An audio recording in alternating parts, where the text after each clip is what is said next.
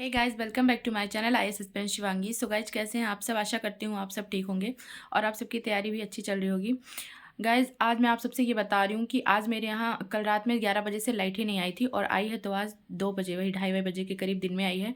तो मैं अपना स्टडी ब्लॉग रिकॉर्ड ही नहीं कर पाई, तो इसीलिए आज आपका कोई ब्लॉग नहीं आएगा स्टडी ब्लॉग। बट आपसे मैं कुछ कुछ चीज़ें शेयर करना चाहती हूँ।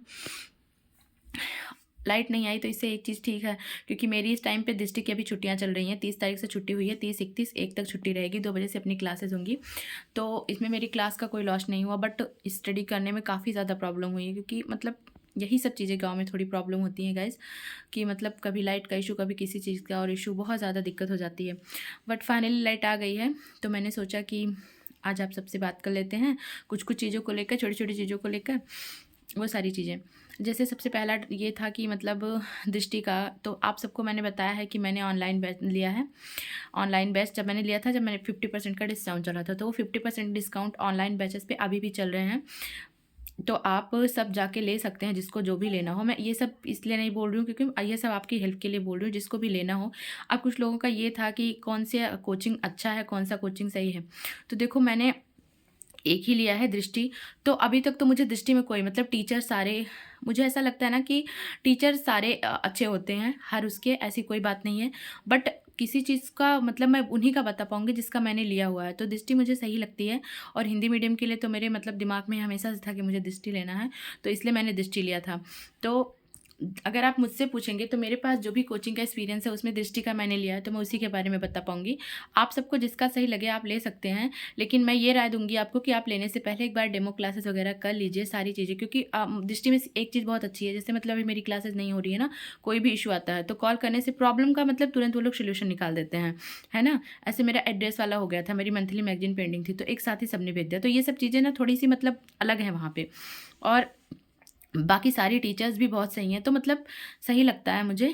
और बाकी आप अपने, मैं यही कहूँगी कि आप डेमो क्लास लेके एक बार अच्छे से देख के सारी चीज़ें तभी लीजिएगा, क्योंकि आपका पैसा लगेगा। ऐसा तो है नहीं कि कोई भी कोचिंग से आपको फ्री में मिल जाएंगी चीज़ें, तो आपका पैसा लगना है उसमें, तो आप बिल्कुल, पैसे से ज़्यादा इंपॉर्टेंट आपका टाइम जाएगा, है ना। तो अच्छे से पता कर लीजिए, देख लीजिए, उसके बाद आपको जो सही लगे वो कोचिंग ले लीजिए, अगर आपको नीड है कोचिंग की तो। और मैं एक बात और कहना चाहती थी, जैसे एक दो कमेंट मेरे पास ये आए थे स्पेक्ट्रम और लक्ष्मीकांत बुक को लेकर, सबको बहुत ज़्यादा प्रॉब्लम आ रही थी। तो देखिए, जब इम्पॉर्टेंट है तो यूपीएससी में आपके पास ऑप्शन नहीं है, वो आपको करना ही पड़ेगा, ठीक है। दिक्कत देखो भाई सबको आती है, हर कोई इंसान ही है, हर कोई डिमोटिवेट भी होता है, हर किसी को प्रॉब्लम भी होती है, हर किसी के साथ ही है, कोई ऐसा नहीं है, चाहे वो टॉपर ही क्यों ना हो, हर कोई इंसान है, ठीक है। प्रॉब्लम सभी को आती है हर चीज़ों करने में। अरे इंसान कोई भी अगर मतलब खुद को एक तरीके से स्टडी करता है, अपना साल 2 साल 3 साल 4 साल लगाता है, तो ऐसा कुछ भी नहीं है कि कोई इंसान 24 घंटे मोटिवेट होता है, या फिर हर किसी चीज़ मतलब सभी के लिए आसानी लगती है। तो आज दिक्कत सभी को आती है। तो जैसे मतलब ये था कि लक्ष्मीकांत और स्पेक्ट्रम का मतलब काफ़ी ज़्यादा बल्कि हो जाता है, बट जितना ज़्यादा वो हैवी है उस हिसाब से इंपॉर्टेंट भी तो है भाई, बाइबिल कहा जाता है दोनों को, ठीक है। तो आपको उसको पढ़ने का, तो देखो मैंने जब पढ़ा था, मैं बार बार बता चुकी, 2 बार बता चुकी हूँ ऑलरेडी, फिर भी मैं बता दे रही हूँ कि मैंने एक बार बहुत फास्ट रीडिंग किया था, ठीक।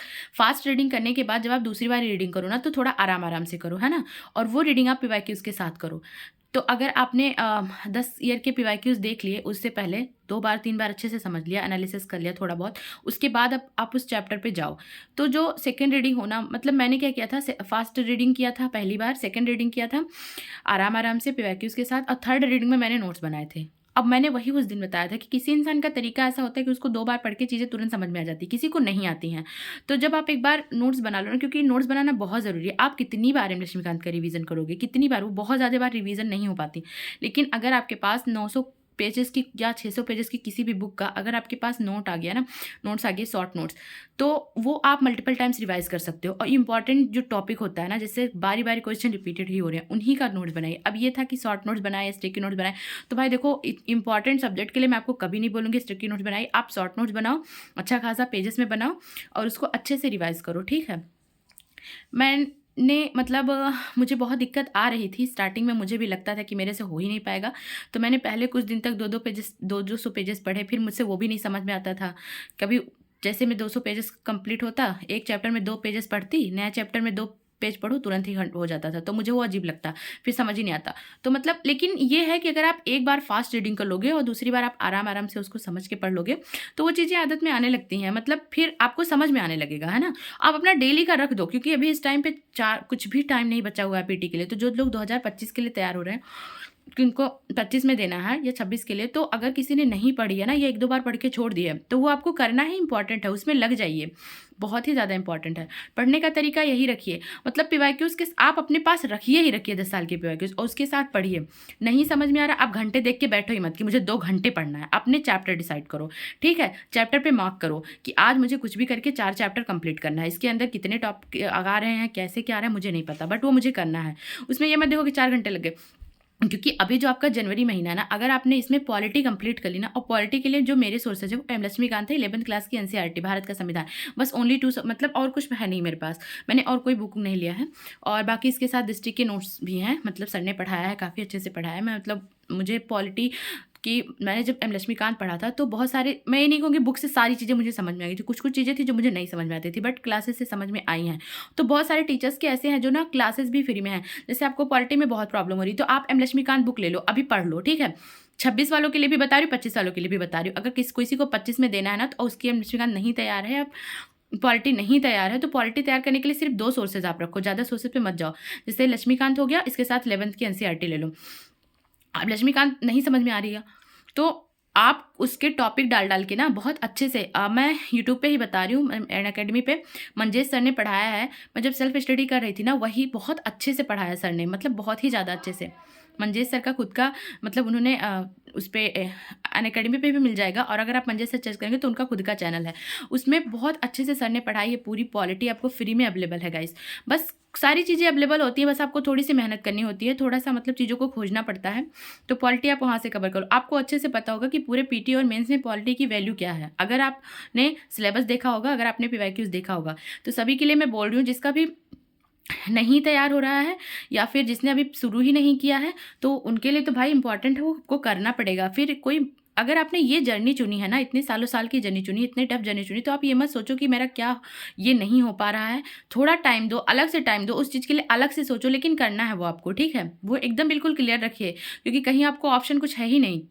तो आपको पॉलिटी तैयार करना है, क्योंकि ये आपका बहुत अच्छा, मतलब एक तरीके से समझ लीजिए कि मेंस और प्रीलिम्स में तो आपको एक मजबूत हथियार है, समझ लीजिए, है ना। तो लिमिटेड सोर्सेज रखिए, आप लक्ष्मीकांत करिए, चैप्टर वाइज डिसाइड करिए कि 4 चैप्टर 5 चैप्टर एक दिन का रखिए अपना, और उसके साथ जो टॉपिक नहीं समझ में आ रहा है उस टॉपिक को सर्च कर लो, है ना। उस टॉपिक को आप टीचर से, और मैं ये नहीं कह रही चलो मतलब मुझे पता था, मैंने मंजे सर से पढ़ा था तो मैंने उनका नाम ले लिया, आपको जिससे समझ में आए आप उससे पढ़ लीजिए वो टॉपिक, बुक के साथ सर्च करके, और शॉर्ट नोट बनाते जाइए उस क्लासेस की भी हेल्प से, एंड बुक को अच्छे से समराइज करके अपने शॉर्ट नोट्स बनाइए, और उन शॉर्ट नोट्स के साथ अच्छे से रिवाइज करते रहिए, है ना। तो ये तरीका होना चाहिए। जो चीज़ आपको नहीं, देखो ये जर्नी जो है ना, जितना मैंने 3 सालों में समझा इसको, उसमें मैं यही कहूँगी कि इसमें जहाँ आपको जिस सब्जेक्ट में जिस उस पर प्रॉब्लम आ रही, उसको आप छोड़ के हटो नहीं, उसमें और ज़्यादा फोकस करो, और ज़्यादा उसमें आपको टाइम देने की ज़रूरत है। आपको फिर वहाँ पे अलग से टाइम देना पड़ेगा, आपको तरीके सोचने पड़ेंगे कि अब ये मुझे कैसे करना है। जैसे अभी सीसेट ही हो गया, मैंने सीसेट के लिए कोई बैच नहीं लिया है, मेरे पास कोई बैच नहीं है, मतलब मैं आपको बता दूं, मैंने केवल जीएस फाउंडेशन आईएएस का दृष्टि आईएएस का जीएस फाउंडेशन कोर्स लिया हुआ है, उसमें सारे जीएस ही हैं, प्रीलिम्स एंड मेंस के। तो उसमें सीसेट और ऑप्शनल दोनों नहीं है, एसए भी नहीं है, मतलब उसमें एसए का भी नहीं है, सीसेट भी नहीं है, ऑप्शनल भी नहीं है। तो सीसेट के लिए भी यही है, देखो टफ तो है, लेकिन अगर आपको यूपीएससी का पीटी क्वालिफाई करना है तो आपको सीसेट तो करना ही पड़ेगा ना, तो इसीलिए आप उसको करते ही करते हैं। तो इसमें कोई टफ एरिया नहीं होता गाइज, तो प्लीज़ आप फोकस करिए, अपनी चीज़ें करिए। जैसे आप सीसेट को कंपलसरी है, वो करना ही करना, वैसे हर सब्जेक्ट है, इसमें आप ऐसा कोई भी सब्जेक्ट मत रखिए जिसको ये लगे कि हाँ ये चीज़ नहीं है, तो आपको करना है सारी चीज़ें, है ना। तो मेरा तो अभी मतलब मैं सीसेट पढ़ रही हूँ, सेल्फ स्टडी से ही मैं सीसेट कर रही हूँ। तो मेरी भी मैथ में प्रॉब्लम है, मुझे मतलब रीजनिंग मेरा ठीक है, कॉम्प्रिहेंशन भी ठीक है, बट थोड़ा सा मैं ये कोई भी ऐसा छोड़ना नहीं चाहती, है ना। तीनों अगर साथ में रहेंगे तो ये होगा कि थोड़ा सा मतलब कोई प्रॉब्लम नहीं आएगी। एक कभी कभी ऐसा हो जाता है कि कोई क्वेश्चन काफ़ी ज़्यादा टफ आ जाता है, कोई क्वेश्चन आता नहीं, तो उसमें ये तो नहीं रहेगा ना कि मतलब कोई दिक्कत होगी। तो इसीलिए सीसेट पे आप तीनों उस पर फोकस करिए, मैं यही कहूँगी, और अच्छे से तैयारी कीजिए गाइज। तो ठीक है गाइज, सारी चीज़ें अगर सही रही तो कल स्टडी ब्लॉग ज़रूर आएगा। आज के लिए तो मैं नहीं कर पाई, बिकॉज रीज़न ये था कि लाइट नहीं थी। तो ठीक है, मिलते हैं फिर नेक्स्ट ब्लॉग में। आप लोग ढेर सारा कमेंट करिएगा, ढेर सारा प्यार दीजिएगा, जैसे कि आप हमेशा देते हैं गाइज। जो लोग भी मेरे चैनल पर नए हैं, प्लीज़ चैनल को सब्सक्राइब ज़रूर करिएगा।